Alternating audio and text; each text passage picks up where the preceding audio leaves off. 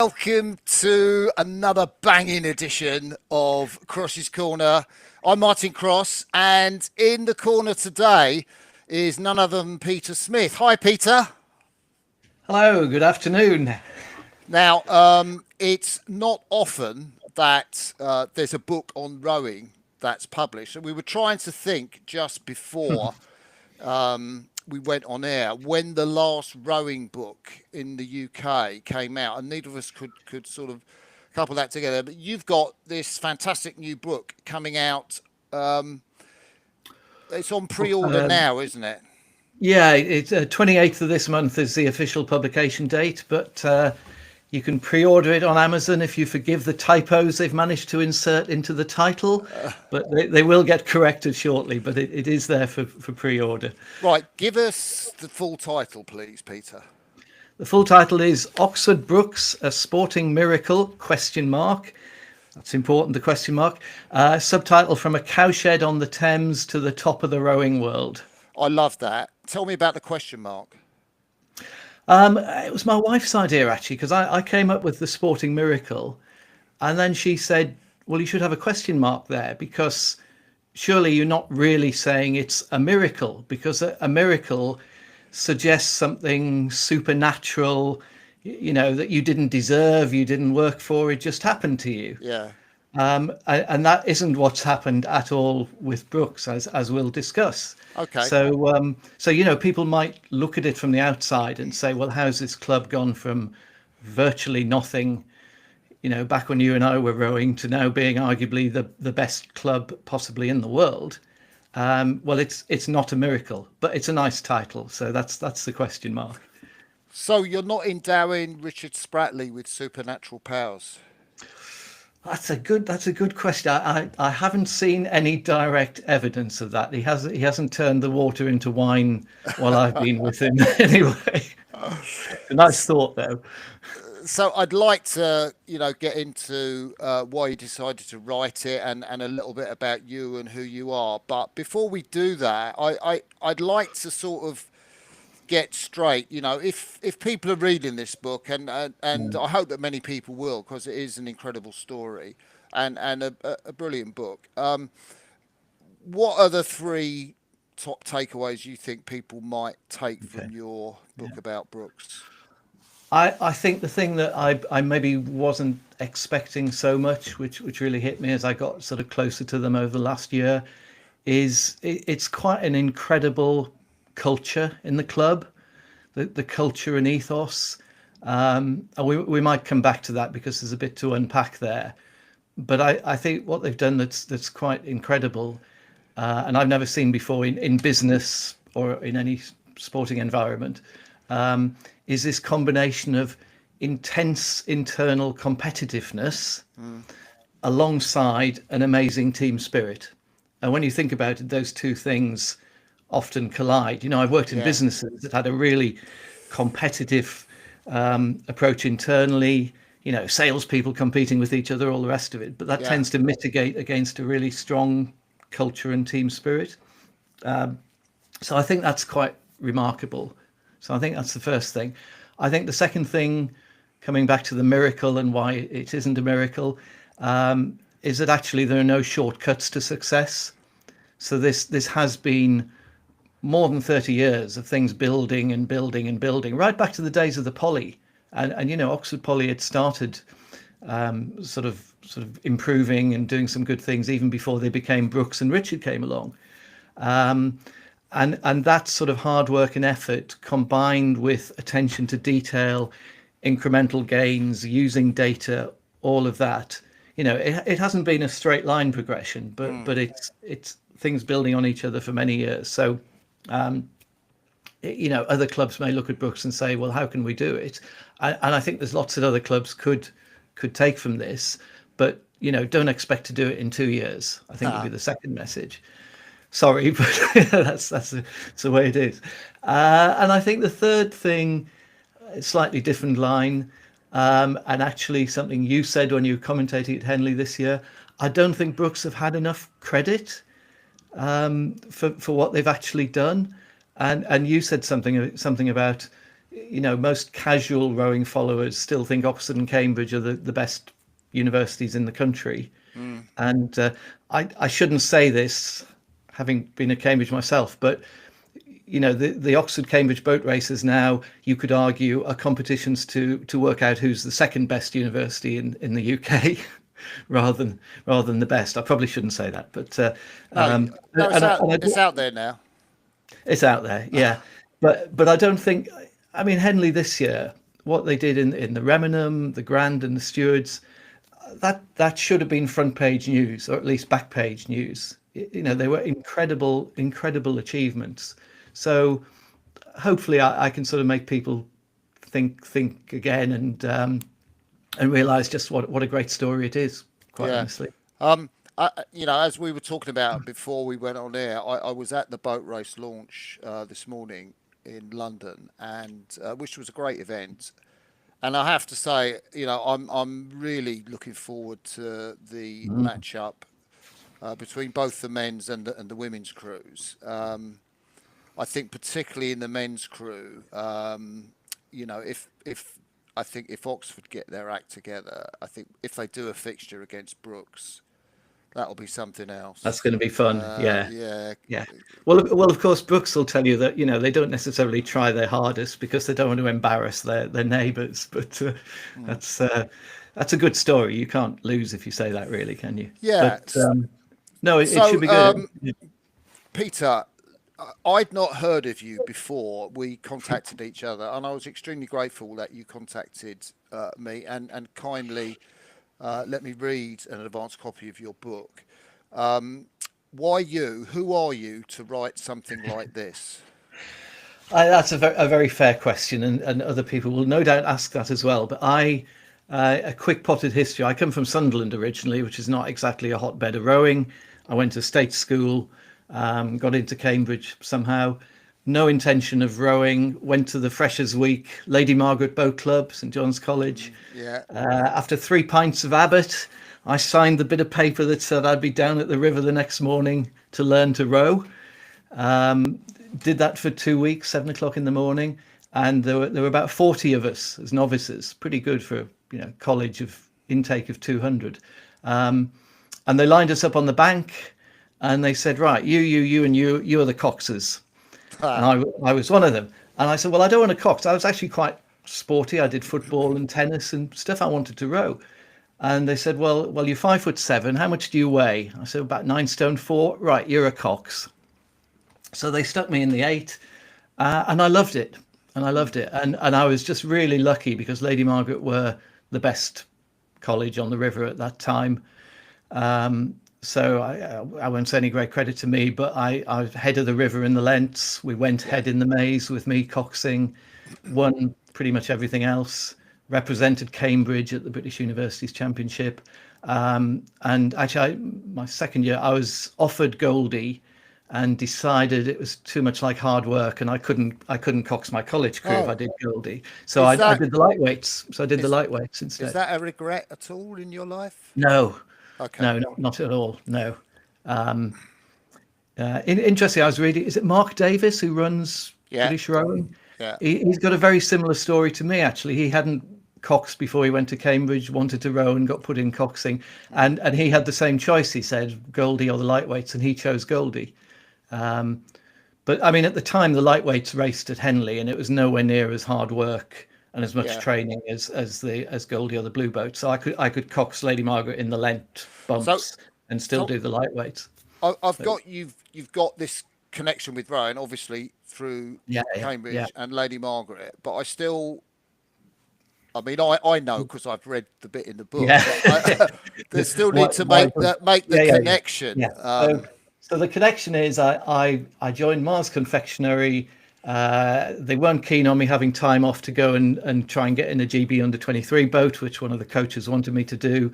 Mars said, no, you've got to come and work hard for us.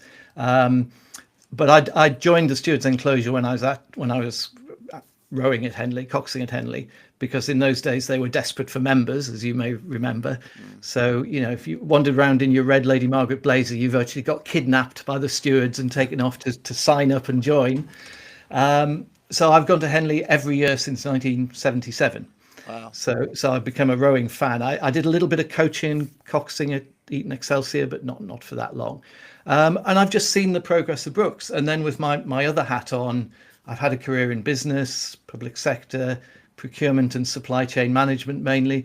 And since I stopped doing so much line management and consulting, I've written 4 business books. I've written 4 books already.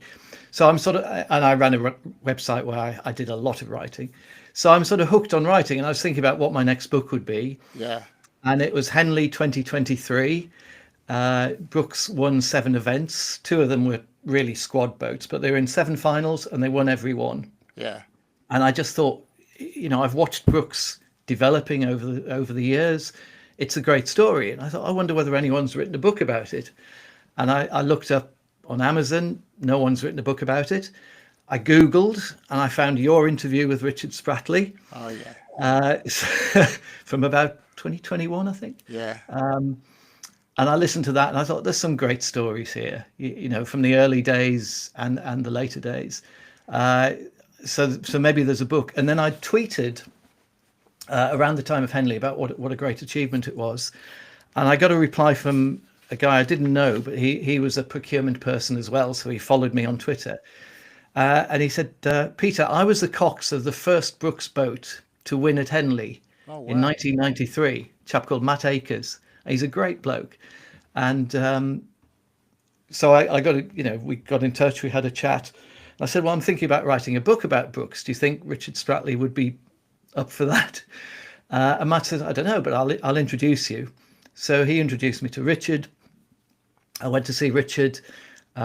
He was quite enthusiastic from the beginning. He introduced me to Henry Baylash Webb, who was slightly less enthusiastic at the beginning. I can imagine. Because I think Henry's worry was I was going to write this book and, next year at Henley, Brooks would lose in the first round of the Temple to the University of Huddersfield because they've read my book.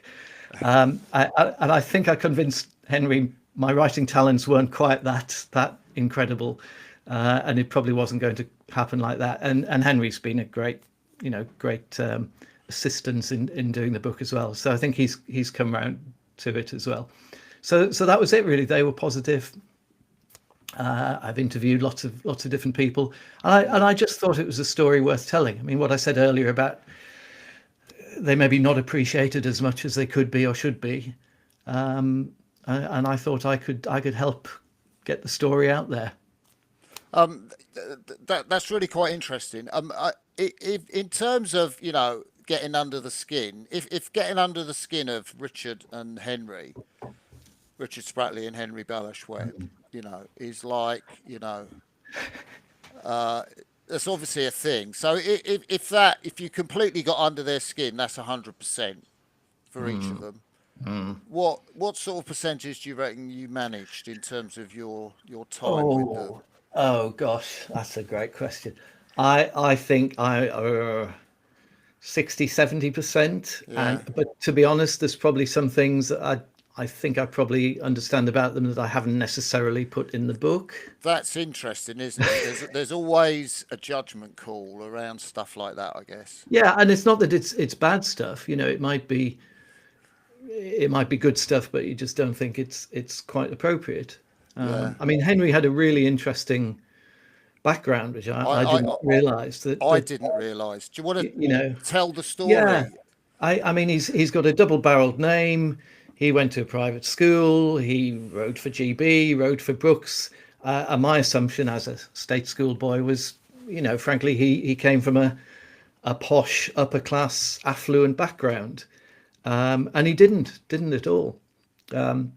His parents got divorced when he was very young, brought up by his mother and 2 siblings with not a lot of money around at all, with his mother doing all sorts of things to make a bit of money and keep the kids well fed. And then he got a scholarship to Moncton Combe. So it wasn't the background I thought it was at all. So he's quite a different character to how I first assessed him. How do you think that affects the way he works with his athletes? I think, well, I think that's one of the reasons why he and Richard, although I think it wasn't always easy for them in the early days when Richard was sort of handing over more responsibility to Henry, it's quite, I mean, it's a lot of credit to both of them that they managed that transition, because actually you think in sport, a lot of those transitions haven't worked. Look at Manchester United Football Club, for instance. So, but I think one of the things they do have in common is not necessarily a humble background, but they've both got a little bit of that outsider syndrome. So Richard, having not gone to university, family construction business, and so on, and also he told me a story when he went once for GB junior trials when he was 16. I think it was Bedford School they were being held at, and he went up to get changed, and there was a door saying strictly no entry, first boat only, and he really didn't like that. Yeah. So he's got some of that slightly egalitarian principles, and I think Henry, although he went to the private school, sort of shares that. So I think they quite like working with young people who maybe haven't had all the advantages. So actually, there aren't many kids go from Eton and Westminster and Radley and so on to Brookes, because they all get sucked away across the Atlantic with their scholarships to Yale and Washington. So I think Brookes has been very good at taking, I mean, clearly they're not taking people from the back streets of Haringey or something, but maybe young men and women now who have a tough side to them, or haven't had everything easy, or haven't been identified at an early age as being the next superstar rowers, and turning them into the next superstars. There's a couple of things there. I was going to show my age by saying, is it like Brian Clough and Peter Taylor? Which it probably isn't, actually. They were two former football managers. I think there's a little bit of that. I mean, turning, because Clough could take players who other people hadn't identified as stars, and suddenly they were winning the European Cup and so on. And I was very struck by, I guess, as Brookes was getting bigger, and I understand from the book that this came from Henry Balash Webb, that the vision for athletes had to shift to being the best. At Brookes you can be the best athlete that you could possibly be. Yes. And this was something which you alluded to in your intro at the start, as to how you can be so competitive, and they're obviously fiercely competitive for selection, and yet have such a club camaraderie. What did you make of that? Well, I think the way they've done it is it's very competitive. I mean, I think one of the areas I didn't get fully under Henry's skin certainly was probably quite how they use telemetry and data. So I mean, I know they use it a lot, and so on, but I don't think Henry totally exposed everything, let's say. So it's highly competitive, and when Henry came in as head coach, he said one of the first things he did was, in the gym, he got a big whiteboard up on the wall and an industrial strength spotlight, and every week they have the league table. So your times for 2K or distance covered in 20 minutes or whatever the thing for this week is, and all the names are up there. So it's very, very competitive, but it's very data driven. So there's evidence. It's not somebody just saying, "I don't like the look of you. You're out of the first boat this week." But what they do is they emphasize that whatever level you're at, whatever boat you're in, wherever you are in that pecking order, you do your bit for the club by working as hard as you possibly can, because that will help you move up the list, hopefully, and progress. But even if you don't, you are pushing everybody else up there as well. And the guys and the women now in the lower boats, they really get that, and they all go to Henley and support each other. And when a boat wins, the other people in the club are going, well, we helped that because we pushed those people. Yeah. And if I hadn't beaten my 2K time, improved my 2K time 10 seconds this term, that guy in the Temple crew knew he was going to lose his place to me, and that's why he got even better, and that's why they won the Temple. And it's a clever way of thinking that they really do all feel they're contributing to that. So you keep that team spirit, but there's also that ruthless element of competition that if somebody, I won't say one bad outing, but if somebody has a bad week or two, they do it in a nice way, but they're quite ruthless about moving people around boats. Yeah, I don't want to leave this as sort of to the end of our chat, so I'm going to bring it up now. But doing it across both genders, particularly women. I know Alan French is now with the Oxford women's crew, but it's Hugo Gulliver that's there. But maybe you can say a bit about, how important that was to Brookes. Sort of making the women's side stronger. Yeah. Yeah, I think, I think they've certainly embraced it. I think that was an area where there was encouragement from the wider university. Yeah. So they've tended over the years to have a very positive relationship with the university. Very sadly, Keith Kelly died a year or so ago, who was the sort of Richard's boss in a sense. But I think, not that Henry and Richard weren't keen on developing the women's side, but I think there was encouragement from the university to say, look, this is going to be more 50-50, because that's the way life is, and that's the way the university is. And I suspect the university is pretty 50-50 men, women in terms of the student makeup. So I think there was some push there. And also I think Henley moving with the times. So, when there was only the Remenham as the eights event, then it was quite hard to pitch for that, because that was going to be the international level cruise. So I think the island coming along was very important, because then Brookes and others could say, well, look, there's something really to aim for here. And I think this last year there were 8 men's boats and 5 women's boats.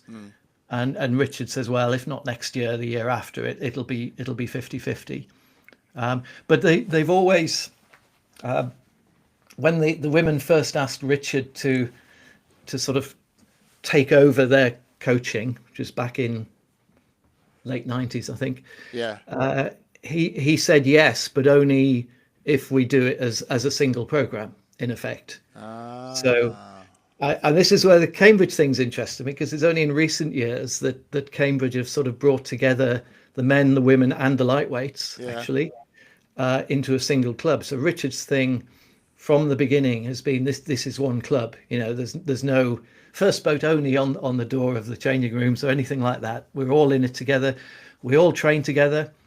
So when I talk to some of the athletes, they say, well, one of the things at Brookes is you turn up in your first year, and you're sitting on the ergo, and you look to your left, and there's a Olympic medalist, or someone who's a potential Olympic medalist, or a international from another country or something. So they all train together, men and women. Obviously the program's not exactly the same in terms of like the weights they're lifting or whatever. But yeah, it is very much that single approach. And I don't know. I don't think they particularly handle the women differently in psychological terms or anything like that, to be honest. I think it's we might talk a bit about psychology. I mean, Henry, I think, is very, very smart on actual racing psychology, and has got some very good ideas on that. Well, you do tell a story, like particularly from I think one of the events where he tells his crew, well, you're going to be so much down at this point at Henley, and is that what you mean about his? That's one of the things. It's priming Daniel Kahneman, Thinking Fast and Slow, which is an excellent book. He talks about psychological ways we think, and priming is you put something in somebody's mind that then has an effect later. And Henry certainly uses that. So, he'll prime the crew to say, look, you're probably going to be down tomorrow. It's better that you think about that and understand that, because you're not going to panic.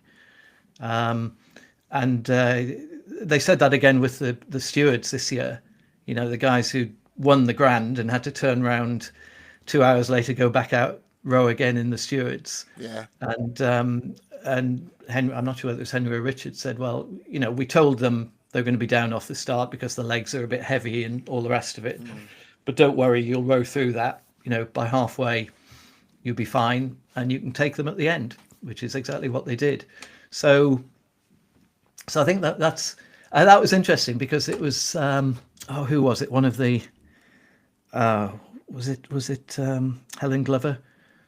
One of the gold medal winning women wrote a couple of articles in the Guardian because she sort of followed the Cambridge women's crew. Kath Bishop, was it? It could have been Kath Bishop, yeah. And she wrote an article saying, "Oh, it's amazing. The coach actually told the Cambridge women they might be down off the start. It's amazing. I've never known a coach do this before." Well, Henry's been doing that for quite a long time, actually. Yeah. And the other interesting sort of psychological thing, the guys going right back to 92, 93 told me that one of Richard's things was just trust what we've been doing in training. Don't think about the outcome of the race. Just trust what we've been doing in training. Do it again. If you do that properly, that's the best we can do. So it was a trust the process sort of approach. Yeah. Which of course lots of sports people now, you see golfers or tennis players, whatever, being interviewed, and they all go, "Oh, I just trusted the process. I've been cricketed. Trust the process." So I looked it up. I thought, well, when did this start? And Wikipedia and so on tell me that was sort of invented by an American football or baseball coach in 1998. Well, no, I think Richard Spratley invented that in about 1992, actually. Yeah. So they were ahead of their time without knowing they were like sports coach innovators. I think they have been. So how much of Brookes is Richard Spratley? I was kind of watching the Mirror and the Light, the thing about Henry VIII and Cromwell. Oh yeah. Last night, and I kind of thought it's really the Mark Rylance show, because he's such an amazing actor. Yeah. And how much is Brookes the Richard Spratley show because of everything he has done for the club and the philosophy that he's kind of imprinted on it? Or is that an unfair way to look at it? No, I think the philosophy and that ethos we touched on earlier, a lot of that comes from Richard. Although there are aspects of it, the side of that sort of competitiveness, but accepting where you are in the club. I mean, some of that actually goes back to a guy called Peter Lowe, who brought Richard in, and maybe we'll come back to that story. But something happened back in 92, 93 where Peter, I think, sort of set the bar for how people should behave in the club. So maybe we come back to that. I think, what they've done very well is they've changed responsibilities, and Richard is still involved with coaching, but he spends a lot of his time now on the Peter Haining. Yeah, well, Peter Haining called it men, materials, and money. Yeah. So all the stuff outside the actual on the river and in the gym coaching, and that's very important, because I talked to a couple of people who've gone on from Brookes to be coaches elsewhere, and they say, well, you don't realise till you go somewhere else that in lots of clubs and universities, it's the coaches who are doing the actual rowing coaching, or indeed the athletes, who are also worrying about how they're going to get to the next regatta, or checking the equipment, or where's the funding coming from, or do we need to buy some more oars before the next season, whatever. And Richard takes all that, I was going to say crap, but it's not crap, it's really important stuff. He takes all that stuff off the shoulders of the athletes and of the other coaches. So the first time I met him, actually, at his place in Henley, he was busy organising the accommodation for their training camp down at Wimbledon. Which they've Uh, been to for many a year, oh, and he first went there, didn't he? I think his first year with Brooks, he took them down there. He'd Yeah, been down there when he was rowing with Henley or Thames, I don't know. And they still go twice a year. And but he was literally on the phone to the pub in the village saying, yeah, we want 10 rooms and all of this, and he's booking the youth hostel or whatever. And you think about, I mean, that's Wimbledon, but getting over to Ghent or Amsterdam, I mean, they took how many boats? They took 10 boats to Amsterdam. So you're getting 100 people across to the Amsterdam regatta for the weekend and back for lectures, presumably on Monday. It's a military operation. So Richard handles all of that. In terms of their sort of performance on the water and the coaching and training and so on, I think Henry now and very good support there with Hugo and Chris Tebb and Sam Shepherd now. Richard would be missed less. So I think it would be a big, it would be a huge change for them if Richard went or retired, whatever. But I think they'd survive. yeah, I think if Henry went, similarly, that would be a huge issue. But with Chris and Hugo and Sam, if Richard was still there to see them through that, they would survive. I yeah. think if both Henry and Richard Upton left next week, it would be seismic. That would be a big thing. But Was it?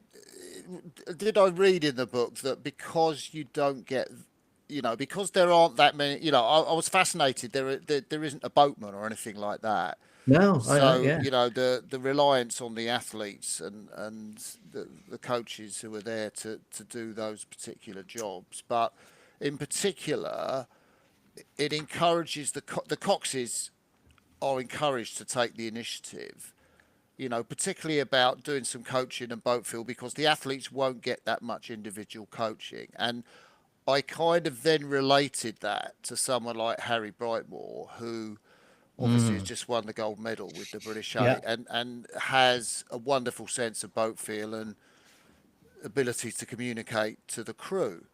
And is that something that you recognise?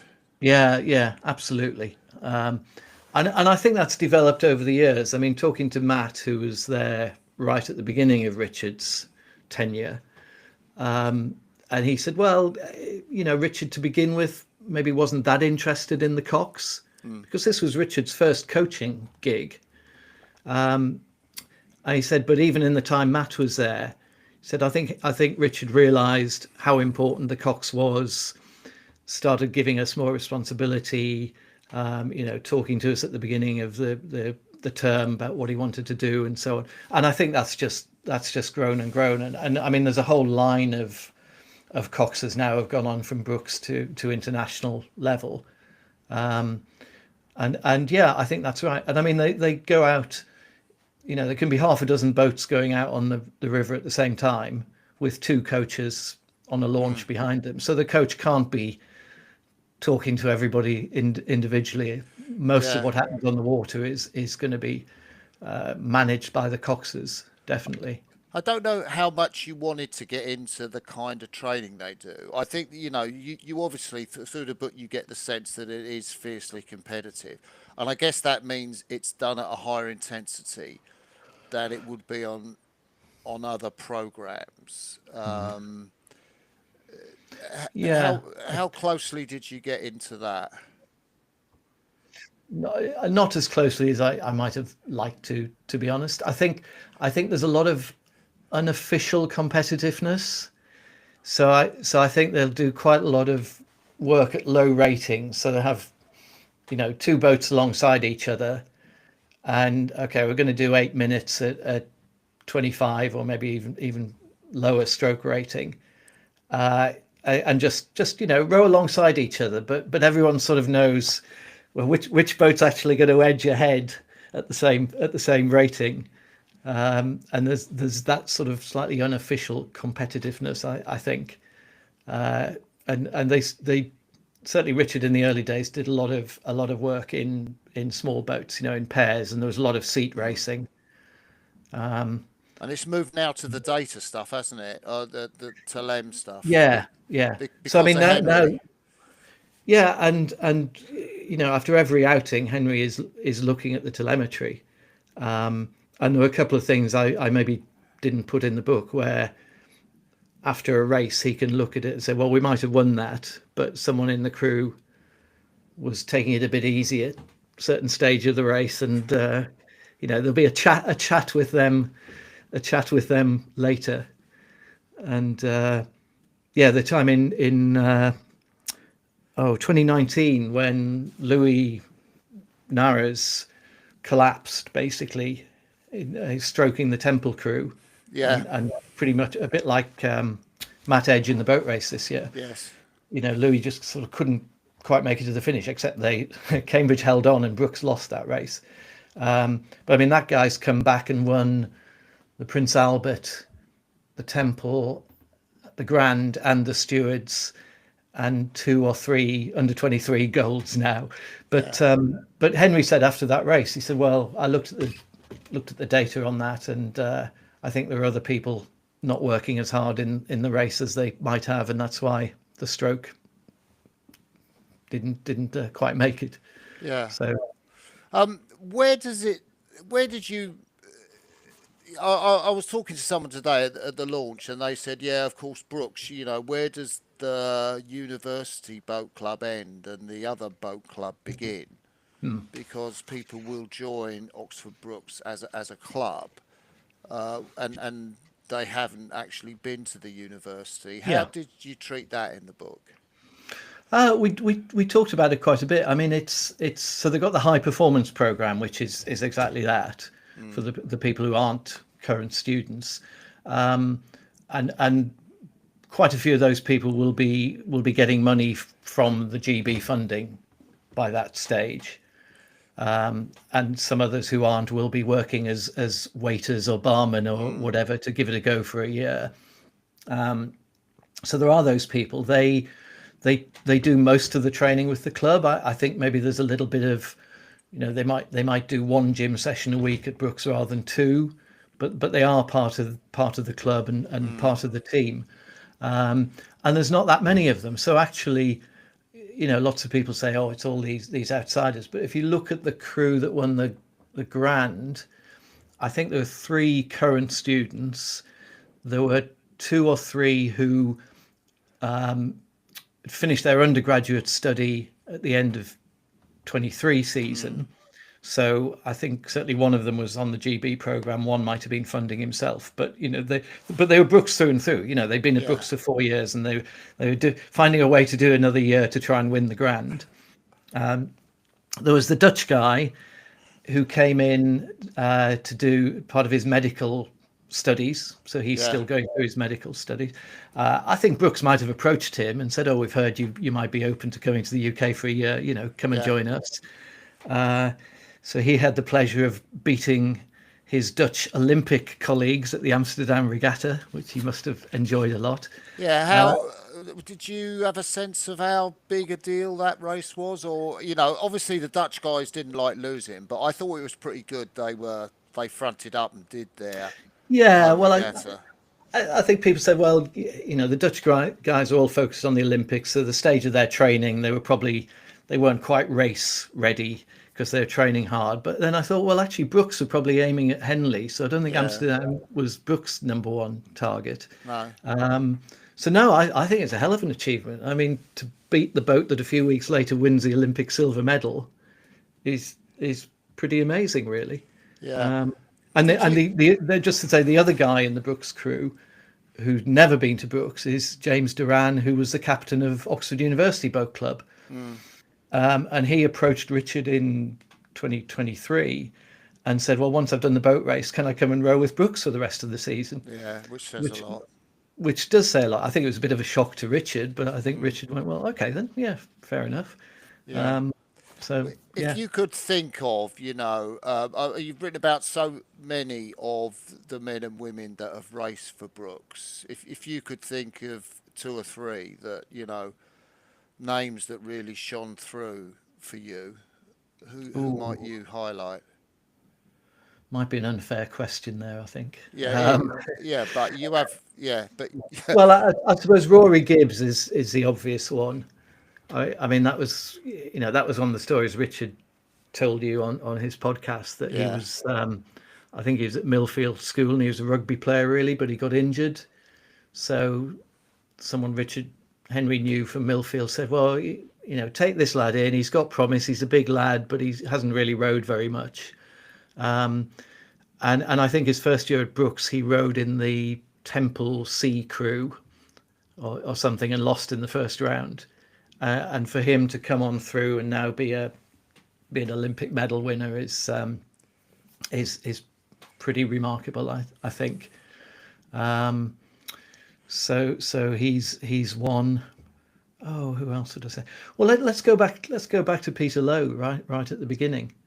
So he was captain of Brooks at the time they became Brooks. So going from the Poly to Brooks, and he was there for 6 years because he was doing architecture.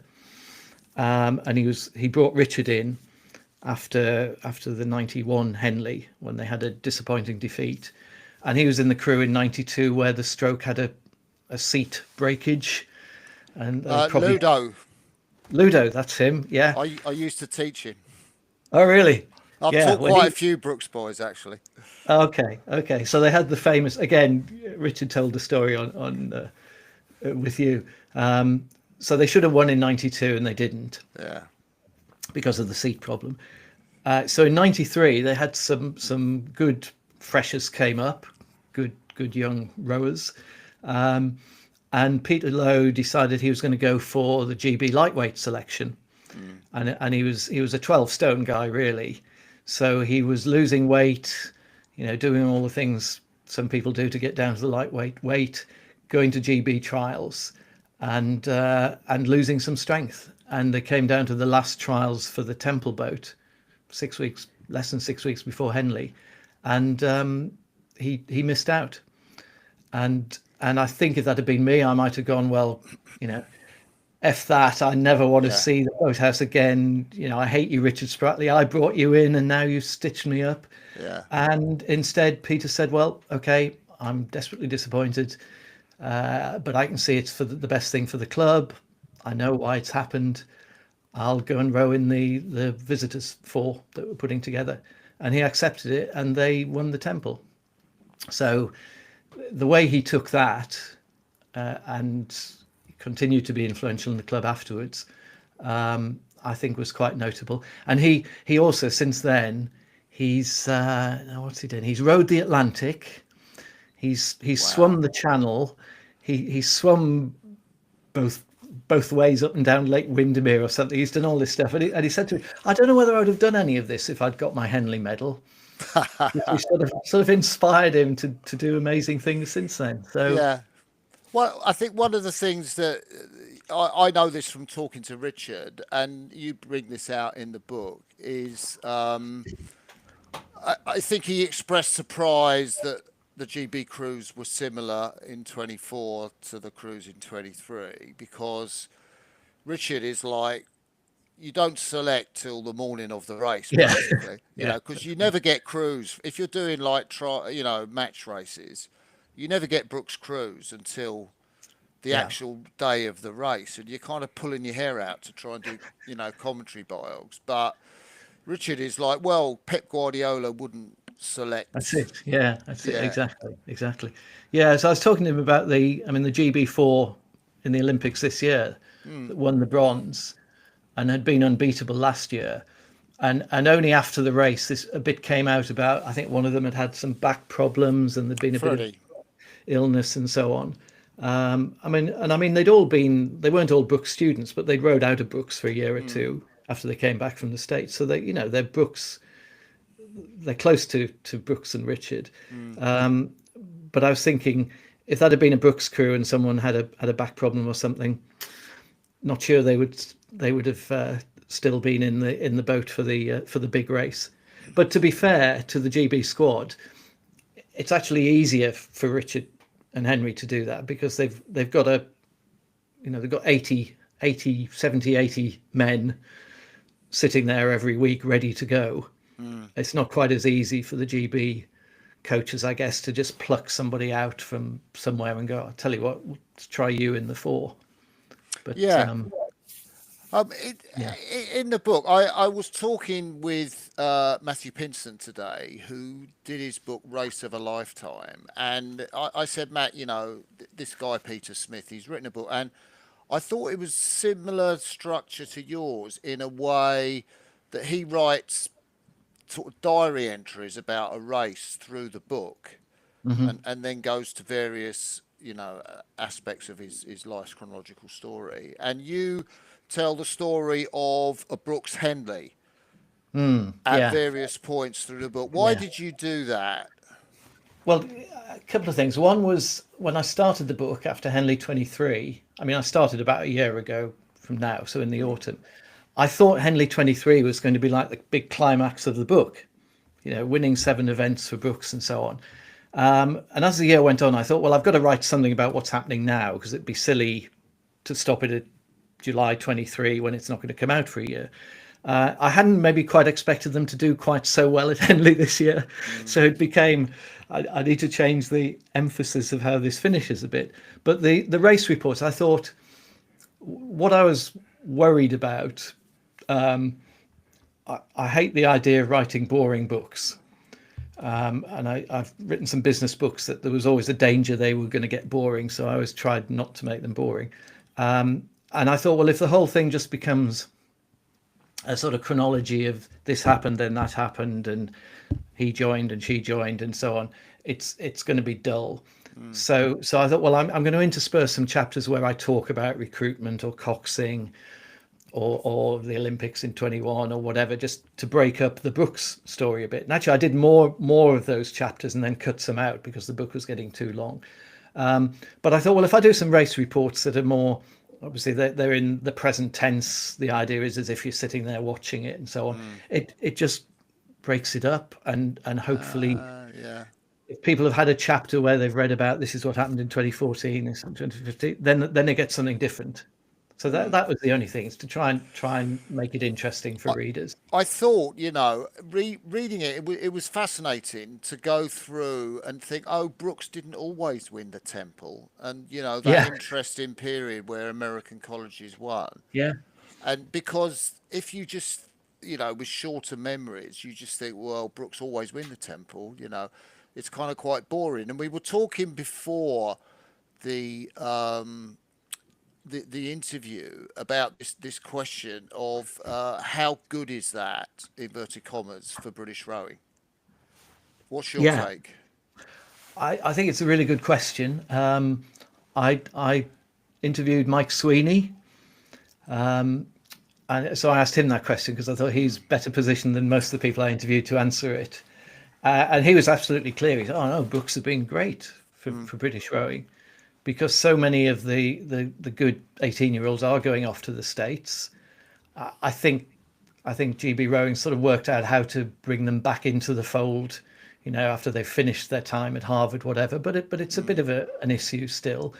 And Brooks has given an alternative for people who want to row at the highest level and win things at Henley and so on, to not have to go to the States, or maybe, if they feel they don't want to go to, or they're not going to get into Harvard or Yale or whatever.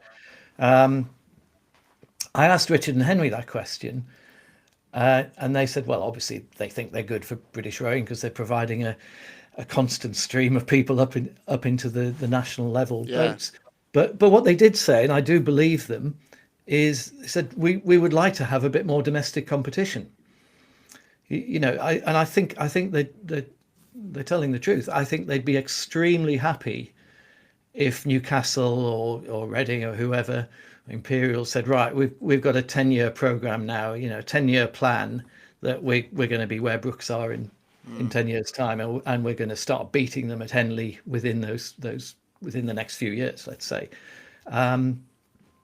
It's another one of the the sort of psychological things I've heard Henry say to crews, which is you're going to be nervous before a race.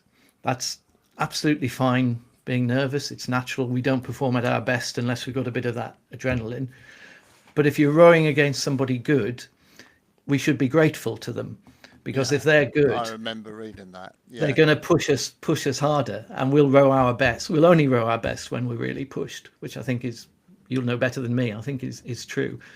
So I think they would welcome people coming up, and I think, I won't say they were disappointed this year, but there were stories this year that I think it was Edinburgh and was it Newcastle were going to put their best 4 people into the Prince Albert, because they thought that was maybe their best chance of beating Brookes and winning. And I mean, the Brookes guys in the Prince Albert were generally at the younger end of the scale, and probably in effect their 4th boat in terms of pace. And the final was Brookes A against Brookes B. Yeah. And I think the guys are almost a bit disappointed about that, because they were looking forward to, if this is the best 4 people Edinburgh can put forward, then we'll have a really good race with them. You do allude to the A and B crews. Actually, that just reminded me of the 2 women's crews in the island. Did you write everything you could have done about that, or I know you give that a couple of paragraphs. Yeah, I didn't get the full story. There was a bit of something I read into it that I thought I won't put that into the book. I don't know what role coaches played in that, and what was just the crews deciding to have one crew deciding to have an easy day, or I don't know. But I do think Richard and Henry were very annoyed and embarrassed by it. I think that was genuine. Yeah. So Interesting. You also talk about money and I guess costs per rower, or how much it costs, and you make comparisons of like the Oxbridge programs, the boat race programs, and to an extent the British squad. Do you want to talk us through your findings on that? yeah, I think they get about £400,000 a year from the university. I think they get some subs from the athletes that I think is on top of that. But I mean, they've got 140-ish people in the squad this year, and there's only 4 full-time coaches. Hugo's not full-time, I don't believe, still at the moment. So 4 coaches between 140 people is not a lot, really, when you think about it, and no boatmen. It's unbelievable. Unbelievable. Yeah. And they've got this, it's economies of scale, going back to my business hat on. And part of that is down to things like standardization. Because they all have the same equipment and the same blades and the same everything. Everyone has that. And there's a number of reasons for that. It's cost. You don't have to hold as many or as much cost of spare parts and all the rest of it. Everybody everybody rows with the same equipment. So, and again, it helps moving people around between crews. It's not like, I'm not used to this boat, I'm not used to this oar or whatever. And I say they'll go out with half a dozen 8s on the river at once with 2 coaches. So the idea, there's no thinking about having, we've got a coach for the grand crew and a coach for the women. I mean, Chris Tebb is head coach for the women, but he doesn't only do the women. Henry will get involved in that, and Chris will get involved with the men. So it's a title, but it's very much a team effort. So they got to that point where they can manage 140 people as easily as they could manage 80. I mean, there's some physical constraints, so you get to just, can we get them all in the gym at a sensible time together, and how many minibuses do we need to ferry them backwards and forwards to the boathouse? And the boathouse is a bit sort of bursting at the seams now as well. So I like the bit where, because obviously Brookes went in the Grand this year and raced Washington, and if you know unfortunately, Washington had that collision with the booms. But I thought it was fascinating how you described the decision to enter the Grand, and I thought, well, that decision was made ages ago. That was the whole start of the season. That was the point of Olympic year that Brookes entered the Grand. But actually, you wrote in your book that it was a late-ish Yeah, decision. no, it was genuinely, and I think Richard is talking about getting under his skin. Richard is a more cautious character than people might imagine. I mean, he's been bold in some things, but he's a bit cautious, and I think Richard genuinely felt, I've got a crew here that's going to win the ladies, without too much doubt, and we should win the Temple as well. So let's do that. And they lost to Leander in the head of the river, which was a bit of a blow. First time they'd lost that for 7 or 8 years. And they lost to Leander in one race somewhere else, one of the European regattas. That was the guys who they beat at Henley, wasn't it? Yes. Yeah. And of course they had 2 of their guys sort of decamped to Leander at the beginning of the season. So Bannister and Rowe. So that was a little bit. So this is a bit. I was going to say it's off the record, but it's not really, is it? So when I first asked about the guys going to Leander, and Richard and Henry said, "Oh yeah, we're fine, absolutely fine with that. It made sense. They live closer to Henley, and it's all absolutely okay."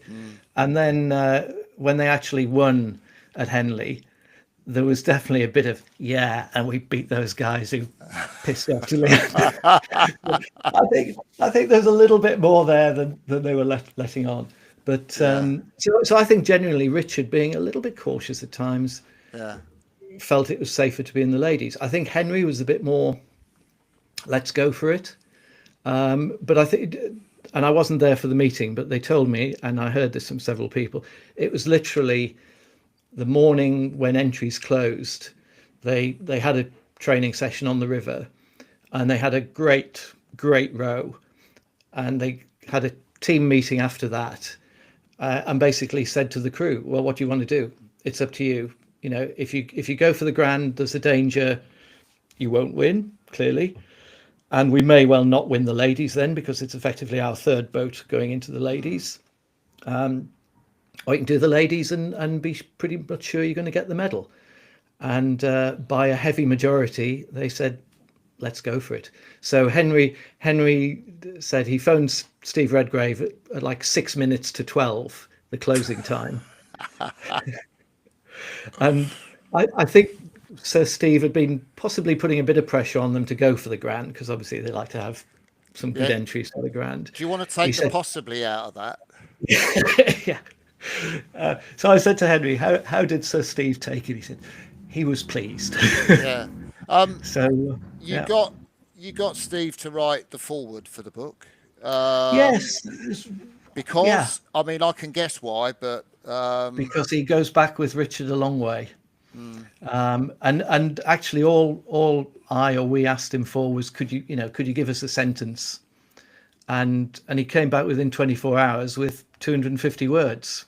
Yeah. So I went back and said, this is a bit more than a sentence. Would you mind if we made it into a foreword? Yeah, fine. So it's great. But he respects books, and he respects Richard and Henry, and they go back to the back to the 70s, I guess. So you mentioned earlier that you've put together 4 business books, and this book isn't a business book, and yet I don't know whether somewhat apologetically, or you just couldn't help yourself. You put some business learnings towards the end of the book. Do you want to talk about that at all? Yeah, well, I thought I might, I might get a few speaking gigs talking about linking the two things, because I do quite a bit of business speaking. It's part of what I've done the last few years of my career. So that would give me something else to talk about. And who knows, I might get Richard or Henry to come up on stage and do something as well. But no, I think there are some things. I mean, that thing we talked about earlier around the culture, how do you get that team spirit allied with competitiveness? I mean, that's an interesting business thing as well. I think the use of data, obviously, it's different sorts of data in business, but I mean, data and AI is obviously a huge topic in business at the moment. The standardization thing is interesting. I mean, say my career's been in procurement and supply chain management, which most people think is incredibly boring.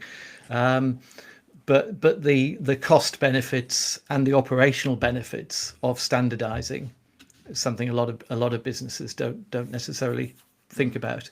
So I think there are a few takeaways. I mean, when I started it, I thought maybe I'll turn this into a proper business book. And I got into it, and very quickly I thought, no, it's not really a business book. Yeah. But there are some things that people might find interesting. But I think the main market for it will be probably people who've been to Brookes or want to beat Brookes at Henley next year. I sincerely hope the market is a lot wider than that, Peter. How this is a hard question, which you can duck. Please do. How pleased / proud are you of what you've put together? 70%, going back to the percentage things, I think. No, I'm pleased with it. There's the little things. I mean, since it went off to print, I've found you found one typo for me, so thank you. So I've found 2 names I've misspelt, and something else I've sort of missed from it. So you find that as a writer, as soon as the book goes off, the things you wish you'd done differently or mistakes you've made. Yeah. But no, I'm pleased with it. And actually, although I've followed rowing over the years, go to Henley every year and all that sort of thing, it's been great reconnecting with the rowing world. And I actually got back in a boat a few weeks ago for this Cambridge Lightweights reunion, and coxed for half an hour at Henley. Just about fit in the boat, but it was a bit of a squeeze. And actually, I don't know how I'm going to do it, but I'd like to stay a bit more involved in the rowing world, because it has been great to come back into that community. And it's a nice community, isn't it? I mean, better than anyone. So I'm thinking about how I can volunteer to do something. I think probably not coxing unless I lose 10 kilos quite quickly. But maybe I can do something. Yeah. I don't know if you saw that World Rowing had their awards just at the weekend, and there were 2 British clubs up for sort of World Club of the Year.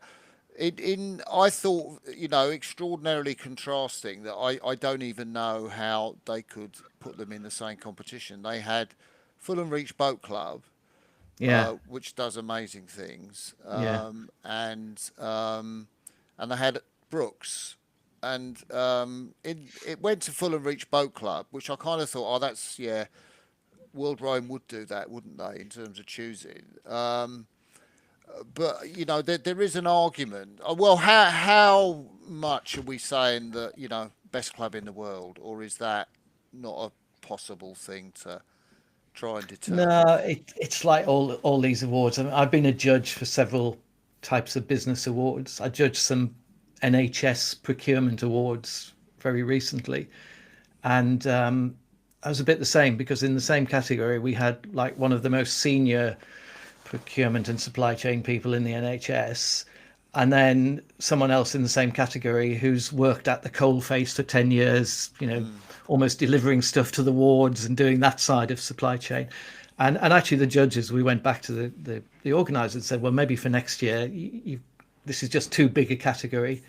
And it's a problem with all awards things. I don't know how you can judge those against each other. And I mean, if you judge on pure success and number of top events won, it would be hard to argue against Brookes. But they're not doing the things about supporting the grassroots of rowing in the way that Fulham Reach or some of the other clubs are. So it's a tricky one, isn't it? Yeah. What haven't we talked about that you'd like to bring out, Peter? We've talked about the women a bit. I mean, I think the Grand and the Stewards double this year was incredible and didn't get enough coverage. But I think the Remenham this year Yeah. was quite mind blowing. And I think I did say to Henry at the end of that, "Did you expect that crew to win?" And unusually for Henley, he didn't go, "Yes, of course." There was a little bit of, well, I thought they could, but I think they slightly exceeded even their own expectations, because I mean they were unseeded, and to go through and beat the top non-Olympic crews from the UK, Canada, and the US in that event, and beat them all actually quite comfortably. Yeah. With a crew that's 5 of them were rowing in the island last year, as students.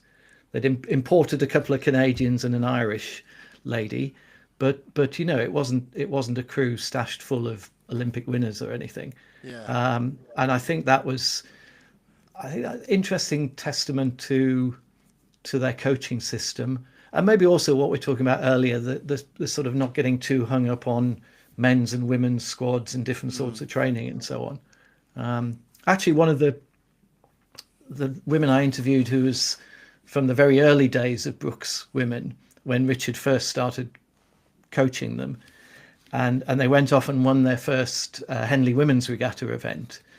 And she said, "Well, we've been training with the men for the whole season, and actually out, sometimes even in mixed crews." Yeah. Which was ahead of their time again.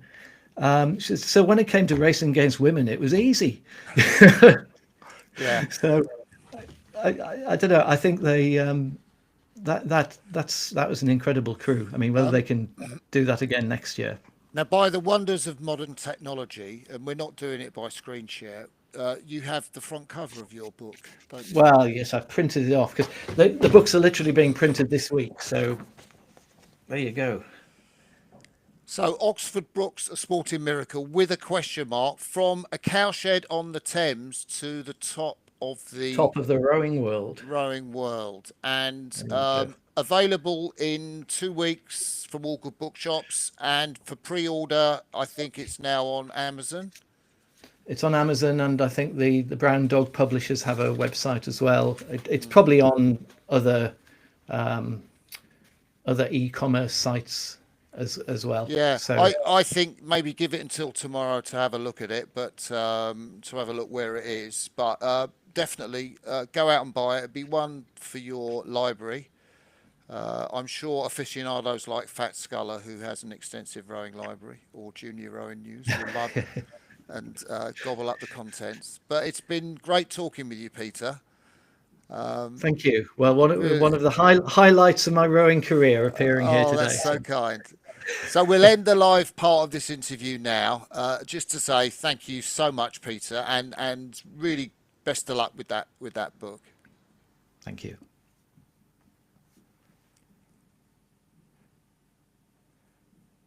Okay, I think we're out.